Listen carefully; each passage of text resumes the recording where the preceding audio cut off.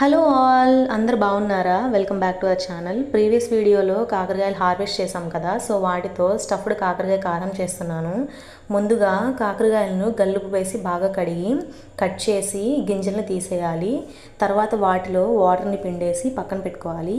ఇప్పుడు ప్యాన్లో 2 బుజ్జి కప్స్తో ఆయిల్ వేసుకొని మనం స్లిట్స్ చేసి పెట్టుకున్న కాకరకాయలని ఆయిల్లో వేసి గోల్డెన్ బ్రౌన్ కలర్ వచ్చే వరకు వేయించి పక్కన పెట్టుకోవాలి. అండ్ దెన్ ఒక ప్యాన్లో స్టఫింగ్ కోసం 3 టీ స్పూన్ ధనియాలు, 3 టీ స్పూన్ పల్లీలు, కొన్ని ఎండు కొబ్బరి ముక్కలు, ఒక చిన్న గార్లిక్వి రెబ్బలు, 1 టీ స్పూన్ జీలకర్ర, 1 టీ స్పూన్ సాయిపప్పు, 2 టీ స్పూన్స్ పచ్చిపప్పు, 1 టీ స్పూన్ మినపగుళ్ళు అన్నీ వేసుకొని మంచి అరోమా వచ్చే వరకు డ్రై రోస్ట్ చేసుకోవాలి.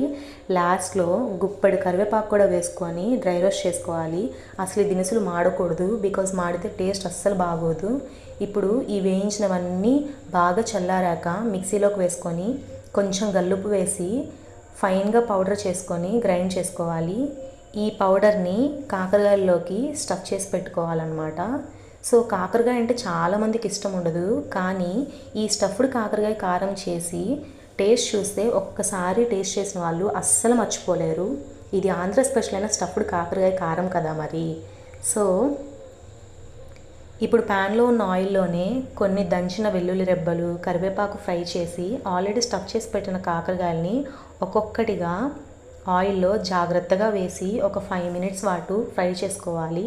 అంతే, ఇది మన స్పెషల్ మసాలా స్టఫ్డ్ కాకరకాయ కారం.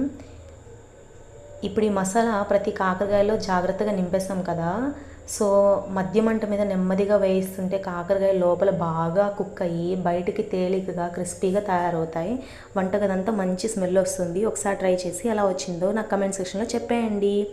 బాయ్.